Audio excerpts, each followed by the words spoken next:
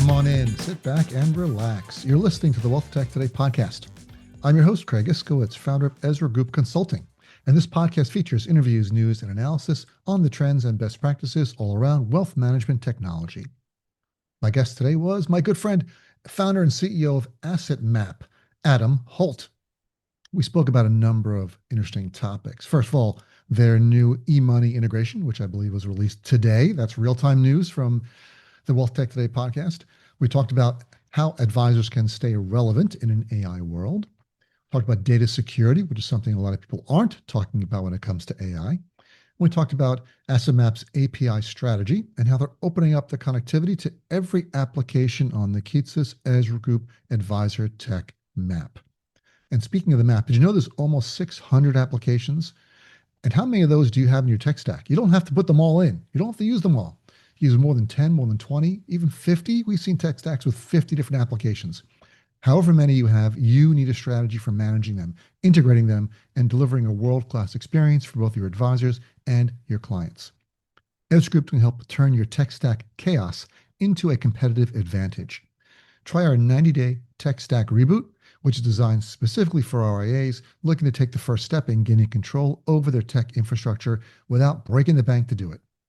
If you want to free your firm for exponential growth, you need to run, not walk to our website, EzraGroup.com, and click the golden Contact Us button on the homepage. Whether you're struggling to scale your business or wondering why your advisor adoption of your core applications is so low, the experienced team at Ezra Group will help you design, optimize, and future-proof your infrastructure. We know what works and what doesn't. All right, standard housekeeping chores. Please subscribe to the show wherever you listen, yada, yada. Check out our sponsor, the Invest in Others Charitable Foundation at investinothers.org. And if you are a software vendor in our space, go to our vendor portal, ezragroup.com/register, and register for your product and get the data updated about your integrations so your wealth tech integration score will always be up to date. And now, let's kick this thing off.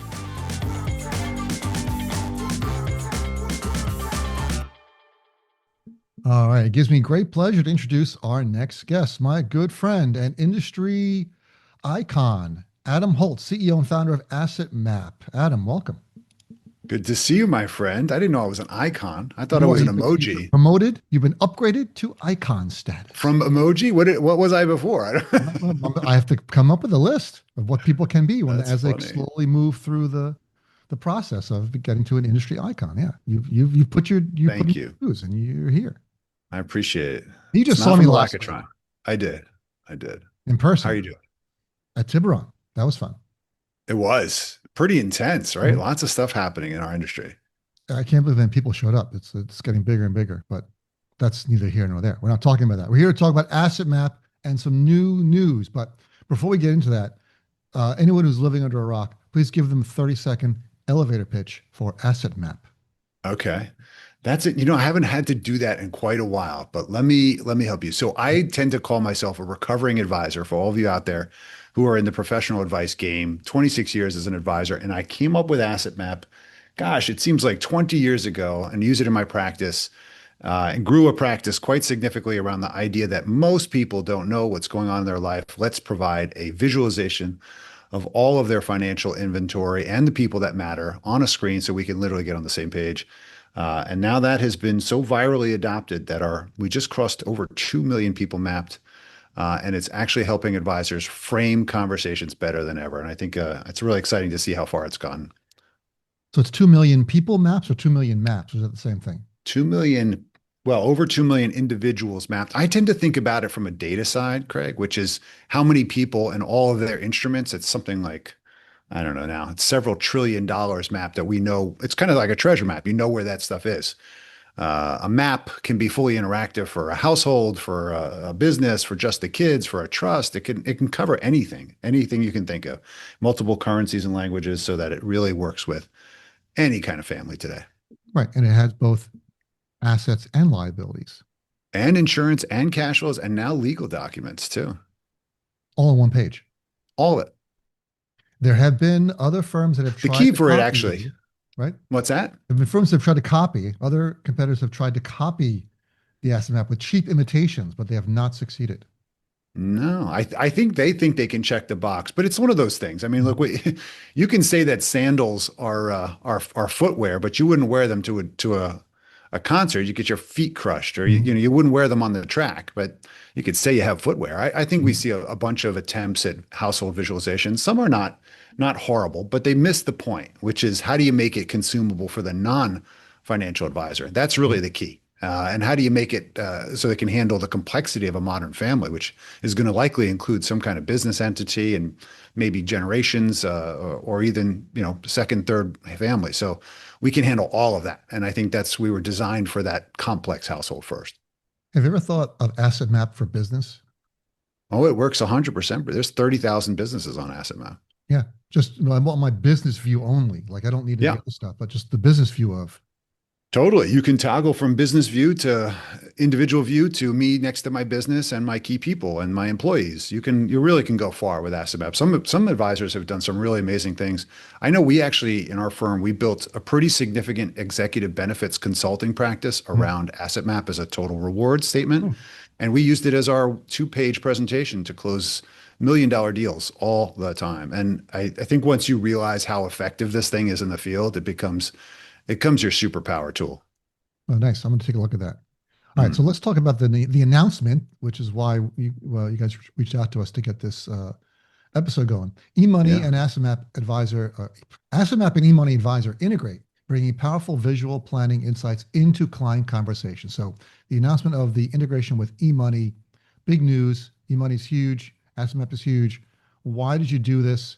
I mean, obviously besides the obvious benefits, why would two financial planning applications integrate at all? And how is this going to help advisors and clients?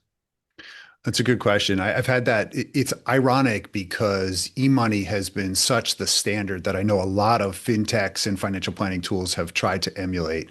And it's amazing when you think about the core utility that we've been using for some 20 years. When Edmund came up with this and his whole team, they just had such vision, right? I mean, think about how many lives they've touched with this core financial planning tool that fundamentally is still used the same way as it was when it was mostly invented. I think that's a real testament.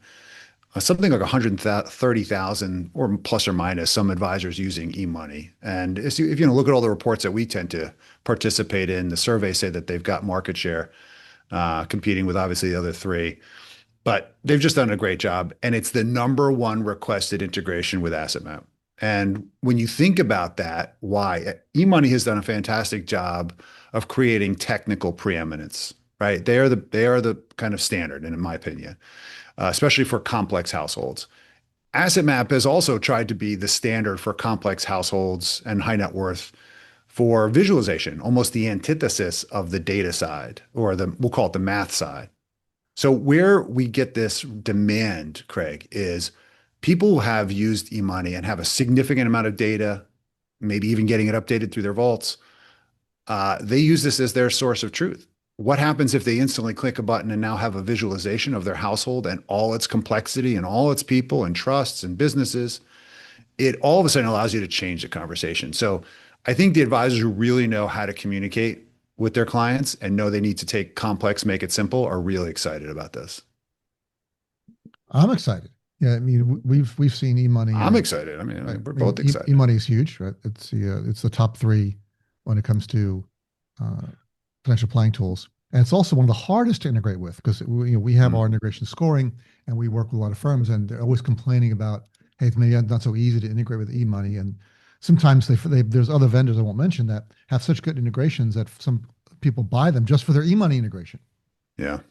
No, I think that's totally true. I mean, there's a couple of us. We've been trying to do this for 9 years, I guess, in a sense, right? And the timing wasn't right, or the APIs weren't available. Most of us have evolved a lot. We're an API first company, like most of the modern companies, and I think eMoney's done an enormous amount of effort over the past several years to really make a more robust AI. And their API, they're actually they're announcing integrations with several of our peers, right? And I don't know if they've even been announced yet, but we know several that are being built, and I think they're moving quickly to get back on, we'll call it the standard of what I think a lot of these companies have done. There's no question, like data integration is really going to be moving at the speed of trust as well, though, because think about how much data they have and how much data people have put into it. They got to protect where that data is going. They're not going to give it to any, company off the shelf. That is true.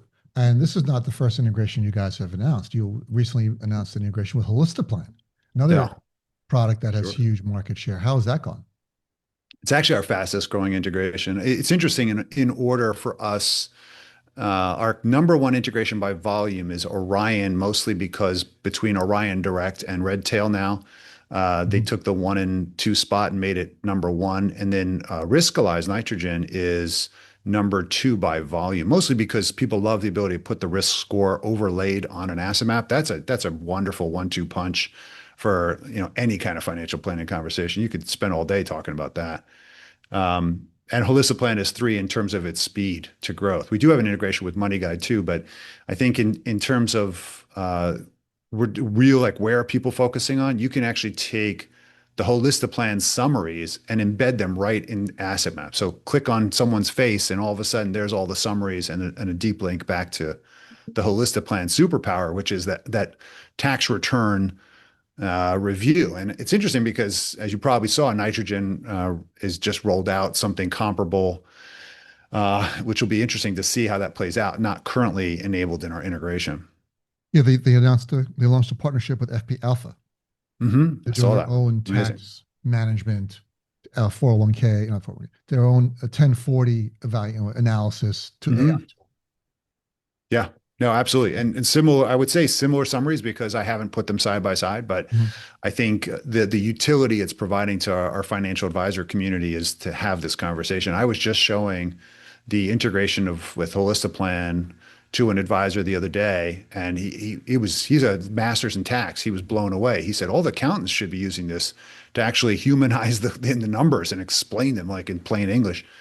I said, yeah, that's why they're seeing such great adoption of Holistic for sure. But in terms of where we are, it's really powering up the conversations. I don't know if you're running into this. I'm curious on your take, given your expertise. We've been having a lot of conversations about AI and its we'll call it disruption of advice, and is it going to change the human advice? What's all that nonsense going to happen? And most of the stuff I talk about on stage, Craig, is about how the humans have to double down on being human. Most advisors don't know what that really means, but if you think about where we make most of our revenue and our trust and relationship, it's in the client meeting, like once, twice, three times a year. It's when we're face to face, toes to toes, or screen to screen with them.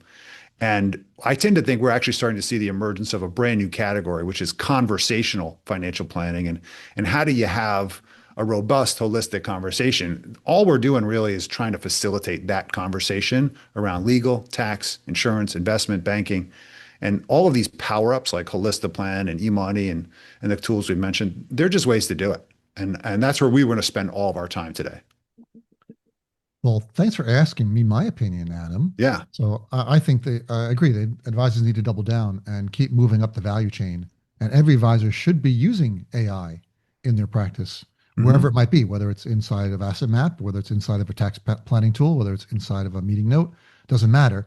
You should be using it everywhere you can because your clients are doing it. I'm doing it. Now, again, you and I are not the average end investor. I mean, you are a CFP. I'm not a CFP, but still, I've been in financial planning, financial services for over 35 years, and in wealth management for over 20 years. So I just by osmosis, I know a lot about financial planning and what the right hmm things to do. And I hear this all the time. So I'm not your average investor, but there's still plenty of self-directed investors who could mm be good candidates for advice that either will be directed towards an advisor or will never go to an advisor again because they have access to AI.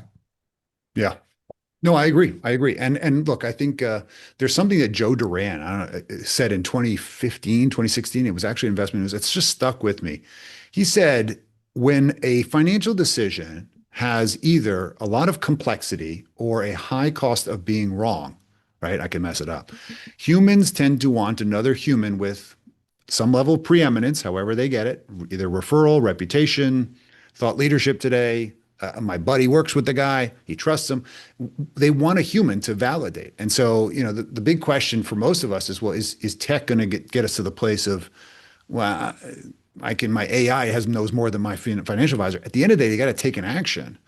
And because there's a high cost of being wrong on a lot of this stuff, I think humans are going to be very relevant. The challenge is that we have to be as trusted and empathetic and have the resources with these AI power-ups, right? They have to be accessible to us just like it's accessible to the client. But then we have to help them actually take action. And that's the hardest part, just like the gym guy at the club, he's helping you actually do the Mhm. workouts, because we all know what to do. We just don't do what we know. Indeed. And but also the thing about AI that is different than the robo advisor um, boom and bust and the bubble there that everyone thought robo advisors were going to destroy advice, but Yeah. robo advisors were just slapping an interface on the existing technology. The back Mhm. end was still the same. The rebalance is a rebalance. Account opening is Right. account opening. Man, the For difference sure. in robo advisors, they did digitize account opening, which was very unique, and no one was doing it back in 2015. There was very few digital account opening. We were that's when we started working with all the big broker dealers to I bet. digitize their account opening process. They're still sending 100-page PDFs. But the back end of managing once the money was when it was opened, all the back end was still the same. There's no difference in how you run a performance report if it's on a robo advisor or if it's a human advisor. So No. there was no really no threat there. But with AI, the AI can do everything. The AI can pass the CFP and become a Hmm. CPA and it's available 24/7 and it knows insurance and it can give you advice on everything. Whereas your Hmm. advisor necessarily can't unless they're using AI as well. But I would rather have a human who's got 30 years or 20 years of experience in the industry to interpret what the AI is telling me rather than me Yeah. having to go, is this right? Or should I make this move? Yeah. No, that's a great point. But doesn't that relate to almost anything we're doing today? I think the big fear of AI is that it's going to replace us. And we always keep quoting this. Other people are saying this. That the advisors who don't use AI are the ones that are going to be replaced with the advisors who use AI or AI direct. Mm-hmm. And I think it really reveals something important. If you've ever used any of the GPTs, you know that the quality of the answer and the research that you get is based upon the quality of what? The prompt. That's right. It's the quality of the questions that dictates the quality of the answers. It really points to the fact that the most powerful individuals, the most valuable, will be those who are resourceful enough to know where to look and what question to ask. And whether that's enabled by AI or it's just I know all the knowledge in my head, you can't know everything today. It's just impossible. So it begs the question, all of us in advice and any kind of professional services have to be able to be resourceful enough to go get the answer from the service that we can trust. And then, of course, support that and say, yes, I think you should make this decision based on that research. And I'm holding your hand the entire way. So if it goes left or sideways, I'm going to be there with you. And I think that's going to be the bigger difference. A lot of people, I think, are fearful to take action because I'm going to make this decision. Well, who's going to monitor it? Who's going to be there when I have a question, when I need to redirect? Is that also the AI? And I think that's obscure right now. So advisors have a great opportunity right now, Craig. There's such a blue ocean in advice. And I think an opportunity to move up and down market as well as generationally that advisors have had a hard time with. Yeah, I think that a lot, as you mentioned, advisors that are going to gain market share, the ones who are using AI as a great Mhm. way of capturing that. And it's true because the the benefits, whereas before, just like tools like Holistic Plan, FP Alpha, give advisors the ability to give tax advice without being a CPA Mhm. or having to hire a CPA. Yeah. Yeah, general AI can give you advice on everything, insurance, taxes, and real estate, business ownership, whatever it might be. Then you can then search out experts if you need, but you become the general contractor. You become the Hmm. quarterback for your Yeah. clients across all these different methods. And that's what I know I want. I want one-stop shop.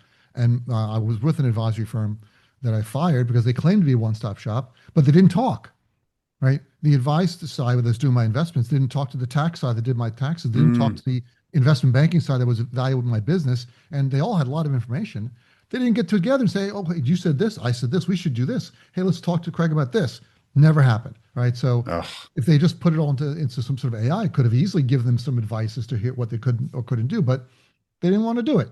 So my advice is that every advisor should be using AI and looking for new ways to consolidate and bring in new aspects of finance for their clients.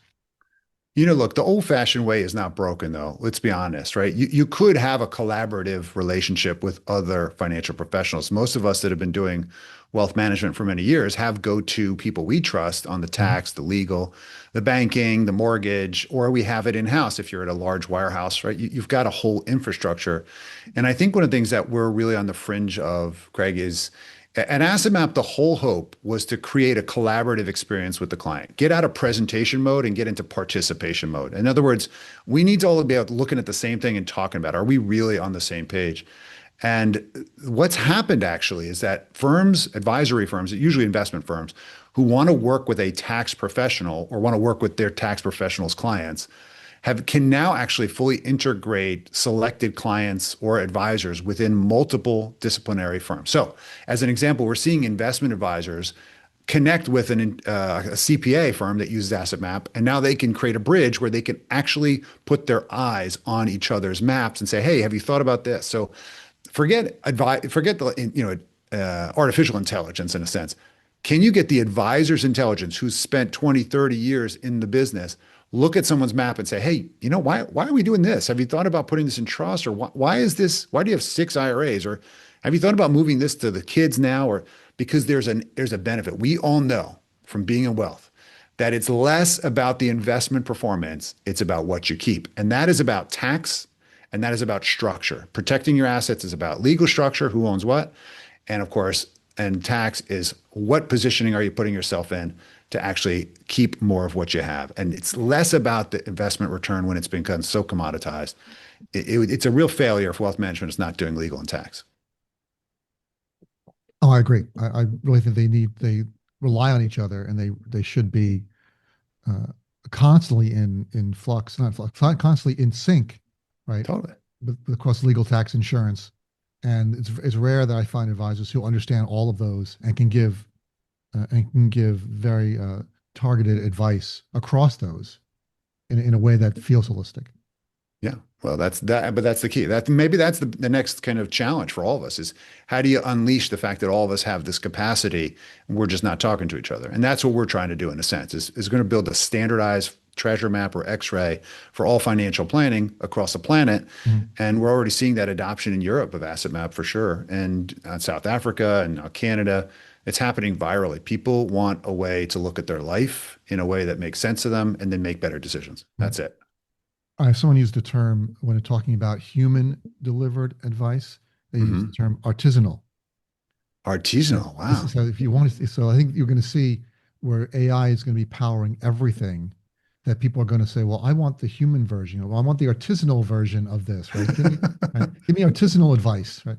So I think that Interesting. they'll be able to We'll go charge with their more. Like, no, cheese, I this guess. is done by real humans. Actual humans did this, whatever it was. Wow. Wrote this book, written by humans. Real humans wrote this book. You want to No pay way. extra for this? Not because AI is going to take over everything so quickly that Yeah. the human experience, which used to be the default, and it will now become the extra add-on cost. I like it. I like it. My daughter loves cheese, so she's going to love that one. Artisanal financial planning, honey. That's what we Mhm. got. That's it. It could. But going back to integrations, Yeah. Asset Map has a very good wealth tech integration score, which you can find Mm. at ezragroup.com. It is 7.3, which puts you Hmm. in the top 10% of applications in the advisor space. If Cool. you look at the Keatsis Ezra Group Advisor Tech Map, which you can Hmm. find on keatsis.com that Michael and I do together, there's almost 600 applications, and Asset Crazy. Map's in the top 10% with their score of 7.3. So congratulations on that. Cool. Thank you. Yeah, no, look, this is the biggest kind of question we get from advisors is, I have the data somewhere? Can I get it into the map view? Mhm. And the answer is yes. The irony behind it is the average household has 25 financial instruments. I think most people don't realize that. They keep thinking like, oh, there's a couple brokerage accounts, some an IRA, a 401k, and they're thinking very myopically. No, we have income sources, we have passive income sources, we have Social Security in the future, maybe an annuity we bought from our brother or our cousin. We got life insurance, disability, long-term care, and we got a lot of contracts for which we get a statement, throughout the year. And the reason why that's important is because we can tend to get data sources from CRM, from financial planning, from investment, management companies. We can get to maybe 10 of the 25. Most of that other stuff comes from the client's head, right? How much you got, Mhm. with your brother. Like, I don't know. So they tend to know that. But despite that, we've spent a lot of money, Craig, on actually making our robust API, which we are now actually publishing for our partners. So we have a partner API in and out. One of the first builders actually in our third integration with them is Holistic Plan. They're building something. and also Jump AI, which has been incredibly, you know how fast these guys have moved in the approval space for the note taker side. So Jump and followed by Zox will likely have something with Asset Map in this quarter. That's quarter four of 25, if not quarter one. Just on demand alone, man, it's amazing to see how fast these things have evolved. But yeah, there's some really interesting opportunities to use that API as well as expansion overseas for sure. We are very excited by that. We've been pushing more and more for companies, more vendors to build out their own APIs and public them and make them Hmm. public, Hmm. and also document them. I mean, being in the business for over 35 years and in wealth management for 20, we found that APIs are useless if they're not supported. If there's no documentation, if there's no Totally. developer sandbox, if there's no sample code, they're practically useless.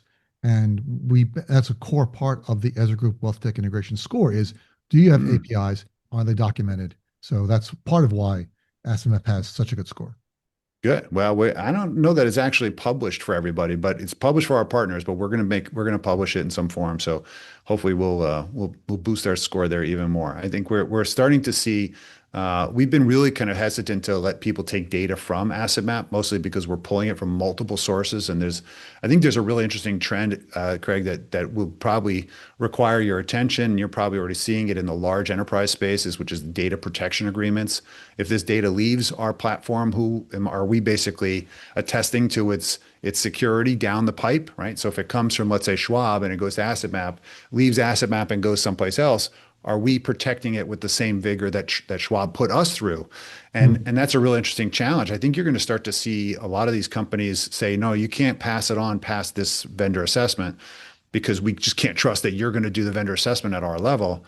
Hmm. And that could be an interesting challenge for the smaller companies coming into the space, just thinking they can build an AI app in their basement, roll it out, and then put out an API and think they're going to get any data, especially in this highly regulated environment. So advisors really, really, really need to pay attention to not just the fact that you can connect Zapier with everything, but who's responsible for this data breach if in fact it happened on your watch or within a company you connected. So this is something we think about a lot. It's going to put a lot of pressure on the smaller companies for sure. My good friend and consultant, Kristen Schmidt, often says, just because you can do something doesn't mean you should. Yeah, there you go. That's it's not always wise to do it. Just because you can do it, just because you can, doesn't mean you should. Right? Maybe you should These think, days, that's hard to convince people. They're like, I could do it. I can do it. I can, let's push. We've you seen know? clients push the button on things that they really shouldn't have done. And Yeah. we wanted to helping them dig out. It takes weeks to get them back on track. Oh gosh, it's so true. Yeah, no, that's true. I think we're seeing that a lot. I think there's so much pressure for advisors right now to almost, it feels like catch up. Mhm. How come I'm not using that tech or I don't have access to that tech because I'm not compliance approved to use that tech and I'm going to be missing out. I'm missing out, missing out. Gosh, you know the one thing you should always invest in? Just invest in the relationship. I'm finding again and again and again we tend to obviously we just went to Tehran. We hear all the time about the valuation of these practices and what private equity firms are paying for practices, especially Mhm. ensembles with AUM growing, organic growth, big terms here today that people care about. The number one thing that we can all invest in, and we don't need any excuses and we don't need any tech, is relationship and communication with our clients. So, I mean, at the end of the day, it's the goodwill that doesn't get valued on these balance sheets of a practice. They just look at, well, AUM and recurring revenue and organic growth. The real value is the fact that if that advisor left, 80% of the assets go with them. The recurring revenue is tied to relationship capital, and we don't have a way to really monetize or understand that. So if you're going to invest in your practice, even without tech, you have a yellow pad and a calculator, go talk to your clients, go spend time with them, find out what matters to them. That's essentially the whole heart of what Asset Map is about is just, hey, here's your stuff. Let's just talk about what we're doing, whether it makes sense, what matters to you. We just rolled out priorities, Craig, which is really cool. So now you can actually work with your client on itemizing what are your real priorities, high, low, and negotiate actually not rates of return, but let's negotiate what matters. And let's have that conversation with you and your kids. And let's talk Mhm. about the relationship between you and your grandparents and what matters in terms of legacy. That's where the real rubber hits the road, not on the distribution rate or whether I should convert to a Roth. Those are just tactical implementations. Mhm. And they tend to dominate the conversation, or at least the marketing side of it, but it's not really where the value is created. It's in listening and having relationship and getting that trust. And That's where humans have to double down. I agree. And speaking of doubling down, we are doubly out of time. Doubly. This goes by so fast. Where can It people does. find more information about Asset Map? Well, the easiest way is just to Google it, but you can go asset-map.com. There's a hyphen, Asset asset-map.com. hyphen map. Asset-map. Or Yeah, asset dash map. that's right. There you go. That's the best way to go. Unless you can follow me on LinkedIn. I always say some silly things. You got a lot to And I'm say, doing a lot more posting. which is good. We It get is. your CMO. It's true. We have a great team at Asset Map. It's grown pretty large, but we still think of ourselves. We put the cult and culture at Asset Map because we very believe what we're doing, and we hope that that people feel the benefit of that. We're really excited to touch more lives. Great, Adam. Thanks for being here. Of course. Thanks for doing what you do. Hey, it's Craig again. Here are my top 3 takeaways from this episode. Number 1, the new Asset Map eMoney integration allows advisors to visualize all the client's financial data in one interactive map, facilitating deeper, more meaningful conversations. Number 2, advisors need to double down on being human and building strong client relationships, combining technology like AI with empathetic, trusted advice, which is the real path forward. And 3, as data flows more freely between platforms, advisors have to be vigilant about data protection agreements and who is responsible if there is a data breach. All right, you've reached the end of another episode of Wealth Tech Today podcast. Thanks for listening. But before you go, head to our website, ezragroup.com, and scroll to the bottom of the homepage and sign up for our newsletter. Once a month, you receive an email chock full of wealth management goodness, news, information, and updates. You will not be disappointed. Thanks again for listening, and talk to you all again next time.